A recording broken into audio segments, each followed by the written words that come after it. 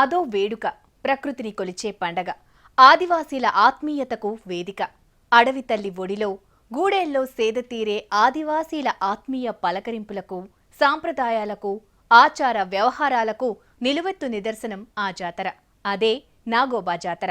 15 రోజుల పాటు కన్నుల పండువగా సాగే ఈ జాతర ఎన్నో సందేశాలిస్తుంది. భావితరాలకు పాఠాలు నేర్పుతుంది. పర్యావరణాన్ని కాపాడాలన్న సందేశాన్నిచ్చే నాగోబా జాతరపై V6 స్పాట్లైట్. నాగోబా జాతర అందమైన ప్రకృతి పూజ, ఆత్మీయ ఆలింగనాలకు వేదిక, ఆచార వ్యవహారాలు, సాంప్రదాయాల మేళవింపు ఈ వేడుక. లెక్కలేనన్ని కష్టాలు, నాగరికుల నుంచి అణచివేతలు అన్నీ ఎదుర్కొని గిరిజనులంతా సాంప్రదాయాన్ని, ఐక్యతను కాపాడుకునేందుకు జరుపుకునే పండగ. ఆధునిక ఆడంబరాలు కనిపించని అచ్చమైన గిరిజన జాతర. ఇతర రాష్ట్రాల నుంచి గిరిజనులను రప్పించే ఒకే ఒక్క జాతర నాగోబా జాతర. అడవుల నిలయం ఆదిలాబాద్కు కొత్త కళ వచ్చింది. కొత్త రాష్ట్రంలో తొలి వేడుకకు సిద్ధమయ్యారు గిరిజనులంతా. ఇంతకుముందు వేడుకలు ఒకెత్తు, ఇప్పుడు నాగోబా జాతర మరో ఎత్తు. ఆదిలాబాద్ జిల్లా ఇంద్రవెల్లి మండలం కేశ్లాపూర్ నాగోబా జాతరకు వేదిక. ఈ జాతరకు రాష్ట్రంలోని గిరిజనులతో పాటు మహారాష్ట్ర, ఛత్తీస్గఢ్, జార్ఖండ్, కర్ణాటక, ఒడిశా నుంచి వేలాదిగా తరలి వస్తారు. కాలినడకన ఎడ్ల బండ్లపై ఎలా వీలైతే అలా. అందుకే ఇంద్రవెల్లి జనజాతరను తలపిస్తోంది ఇప్పుడు. ఇక్కడ అనేక రాష్ట్రాల నుంచి కూడా భక్తులు రావడం జరుగుతుంది. ఛత్తీస్గఢ్ కానీ, మహారాష్ట్ర కానీ, ఈ విధంగా మా గిరిజనులు ఇక్కడ పెద్ద సంఖ్యలో రావడం జరుగుతుంది.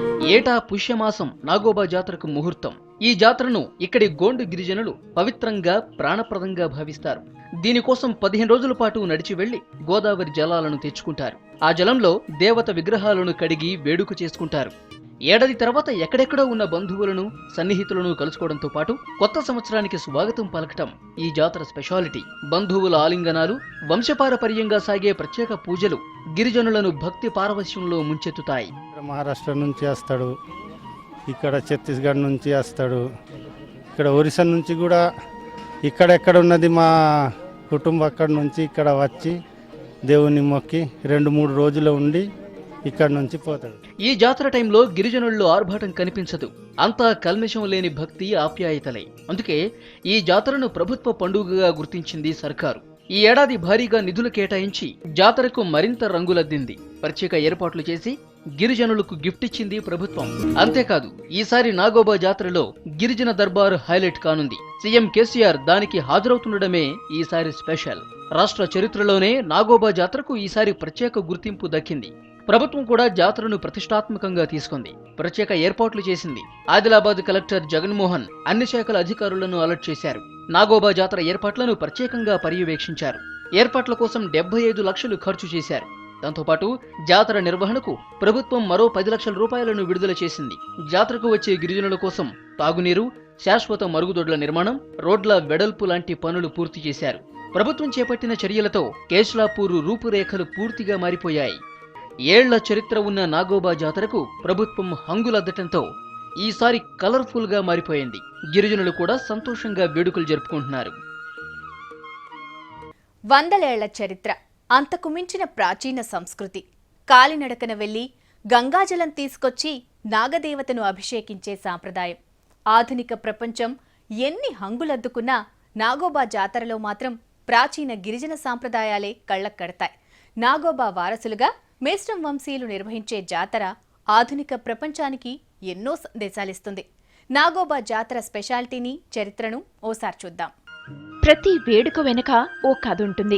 దాని నేపథ్యమే గిరిజనుల్లో విశ్వాసానికి కారణమవుతుంది. అలాంటి కథ నాగోబాకు ఉంది.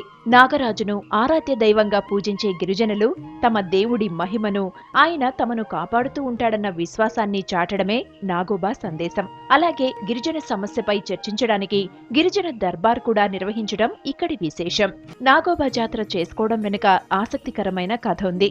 గిరిజన పెద్దల కథనం ప్రకారం చాలా కాలం క్రితం గిరిజనుల్లో మేస్రం వంశంలోని రాణి నాగయ్యమోతికి సంతానం లేరు. ఒకరోజు ఆమెకు కలలో నాగేంద్రుడు కనిపించాడు. ఆమెకు బిడ్డగా సర్పరూపంలోనే పుడతానని చెప్పాడు. అలా నాగయ్యమోతికి నాగేంద్రుడు పుట్టాడన్నది ఓ కథనం. కొంతకాలం తర్వాత అతడికి తన తమ్ముడి కూతురు గౌరీతో పెళ్లి చేసింది రాణి నాగయ్యమోతి. ఆమె మాట ప్రకారం గౌరీ సర్పరూపంలో ఉన్న భర్తను బుట్టలో ఉంచి గోదావరి యాత్రకు వెళ్తుంది. గోదావరిలో స్నానం చేశాక నాగేంద్రుడు మానవ రూపంలోకి మారి గౌరిని ఒక ప్రశ్న అడుగుతాడు. పేరు ప్రతిష్టలు కావాలా, సంప్రదాయాలు కావాలా అని. సంప్రదాయాల కంటే పేరు ప్రతిష్టలే ముఖ్యమని గౌరీ చెప్పడంతో నాగేంద్రుడు మళ్లీ సర్పంగా మారిపోయి మాయమైపోయాడట. నాగేంద్రుడు మాయం కావటంతో గౌరీ మనస్తాపంతో గోదావరిలోని సత్యవతి గుండంలో కలిసిపోయిందని చెప్తారు. మళ్లీ ప్రత్యక్షమైన నాగేంద్రుడు కొత్తగా పెళ్లైన జంటలను తన సన్నిధిలో పరిచయం చేయాలని ఇక్కడి గ్రామస్తులను ఆదేశించాడు. తర్వాత కెస్లాపూర్ గుట్టల్లోకి వెళ్లిపోయాడు. దీంతో ఆయన పేరుతో కెస్లాపూర్ గుట్టల్లో ఆలయం నిర్మించారు. అక్కడే నాగోబా పేరుతో జాతర నిర్వహించడం మొదలుపెట్టారు. నాగోబాను దర్శించుకుంటే అన్ని శుభాలే జరుగుతాయన్నది గిరిజనుల నమ్మకం. ఇదే కాదు, మరో కథనం కూడా ప్రచారంలో ఉంది. క్రీస్తుపూర్వం 740వ సంవత్సరంలో కేస్లాపూర్కు చెందిన పడియేరు శేషసాయి నాగదేవతను దర్శించుకునేందుకు నాగలోకానికి వెళ్లాడు. నాగరాజు లేకపోవటంతో శేషతలాన్ని తాకి నమస్కరించుకుని తిరిగి వచ్చేశాడట. దాంతో నాగరాజు ఆగ్రహించాడని శేషసాయిని అంతం చేసేందుకు భూలోకానికి వచ్చాడట. శేషసాయి ప్రాణభయంతో కాలజ్ఞాన పురోహితుడు ప్రధాన్ పడమార్ దగ్గరకు వెళ్లి శరణు కోరతాడు.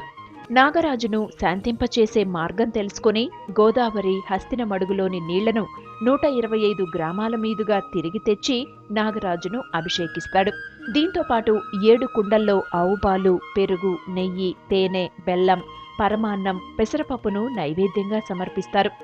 దీంతో కేస్లాపూర్ గుట్టల్లో నాగరాజు వెళ్లి నివాసం ఏర్పరచుకుంటాడు. అప్పట్నుంచి పుష్యమాసం అమావాస్య అర్ధరాత్రి మేస్రం వంశీయులు నాగోబాకు మహాపూజలు నిర్వహిస్తారు. ఆ తర్వాత వరుసగా 15 రోజులు జాతర సంబరంగా జరుగుతుంది.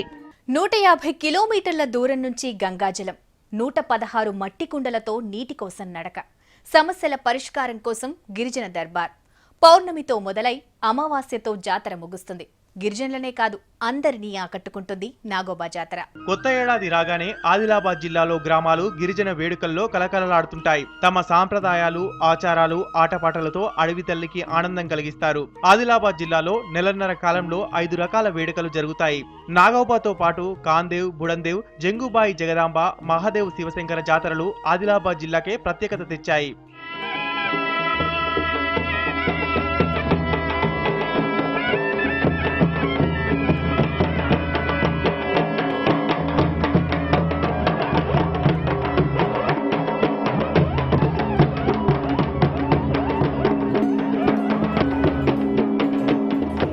నాగోబా దేవుడి జీవితం లాగే ఆయన పేరుతో జరిగే జాతర ఆయన విలువలను కొత్త తరాలకు అందిస్తుంది. కుటుంబ బంధాలు, ప్రకృతిని కాపాడుకోవడం అనే సందేశాలను నాగోబా జాతర అందిస్తుంది. దీనికి నిదర్శనంగా నిలిచే ఆచారాలు ఈ వేడుకల్లో కనిపిస్తాయి.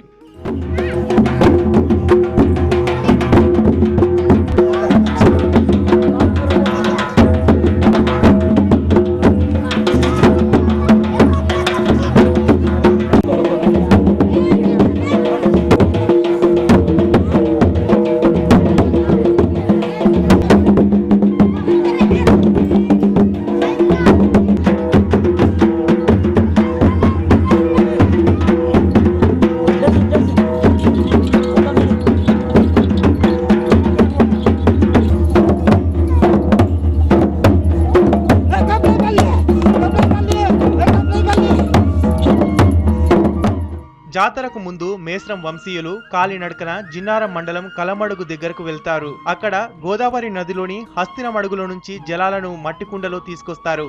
దీనికోసం ఇచ్చోడా మండలం సిరికొండలో సాంప్రదాయ విధానంలో 116 మట్టి కుండలను తయారు చేయిస్తారు. గోదావరి జలాలతో తిరిగి వచ్చే దారిలో ఇంద్రవెల్లిలోని ఇంద్రదేవికి ప్రత్యేక పూజలు చేస్తారు. తరువాత కేస్లాపూర్ దగ్గరలోని మర్రి చెట్టు కింద అర్ధరాత్రి నాగోబాకు జలాభిషేకంతో మహాపూజలు ప్రారంభిస్తారు. మేస్రం వంశీయులు తయారు చేసిన 7 పుట్టల దగ్గర నవధాన్యాలు, ఆవు పాలు నైవేద్యాలు సమర్పిస్తారు. పుట్టల దగ్గర కొత్తగా పెళ్లైన జంటలతో పూజలు చేయిస్తారు. లక్షల మంది గిరిజనులను రప్పించిన నాగోబా జాతర గిరిజనేతరులను కూడా ఆకర్షిస్తుంది. గిరిజన సాంప్రదాయాలు, వారి నృత్యాలు, వంటకాలు, వేషధారణ, అలంకరణ లాంటి అంశాలను ప్రత్యేకంగా తెలుసుకోవడానికి వచ్చేవాళ్లు చాలా మందే ఉన్నారు. మరికొందరు నాగోబాపై విశ్వాసంతో పూజలు నిర్వహిస్తారు. నాగోబాను పూజించే మేస్రం వంశం కిందికి 22 తెగలు వస్తాయి. 7 దేవతలను కొల్చే వారిని మేస్రం వంశీయులుగా భావిస్తారు. వీళ్ళలో మాడావి, మర్సుకోల, పుర్క, మేస్రం, బెడ్మ, పంద్ర, పుర్వెత ఇంటి పేర్లు ఉన్న వాళ్ళు వస్తారు. జాతరకు వేలాది మంది మేస్రం వంశీయులు వచ్చినా అందరూ 22 పొయ్యిల మీదే వంట చేసుకుంటారు. ఆలయ ప్రాంగణంలో ప్రహారీ లోపల దీపాల వెలుగులో ఈ పొయ్యిలపై వంట చేయడం ఆనవాయితీ. పూజల తర్వాత ఆలయ ఆవరణలోని పుట్టకు తమ కుటుంబంలో అల్లులతో మట్టిని రాయిస్తారు. మట్టిని తొక్కి సిద్ధం చేసినందుకు అల్లుళ్లకు ప్రత్యేక బహుమతులిస్తారు. అలాగే కుటుంబంలో కొత్తగా వచ్చే కోడళ్లను నాగోబా జాతర జరిగే వరకు తమ వంశీయులుగా గుర్తించరు.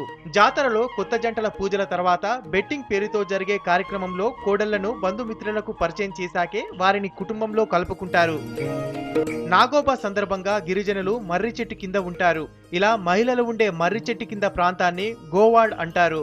మేస్రం వంశీయులు తెల్ల వస్త్రాలు ధరిస్తారు. నిజానికి గిరిజనులు బర్త్డేలు జరుపుకోవడం కంటే పితృదేవతల వర్ధంతినే భక్తిగా జరుపుకుంటారు. నాగోబా కూడా అలాంటిదే. తమ జాతి దైవం జాతర రోజున తమకు కనిపిస్తుందన్నది వారి విశ్వాసం.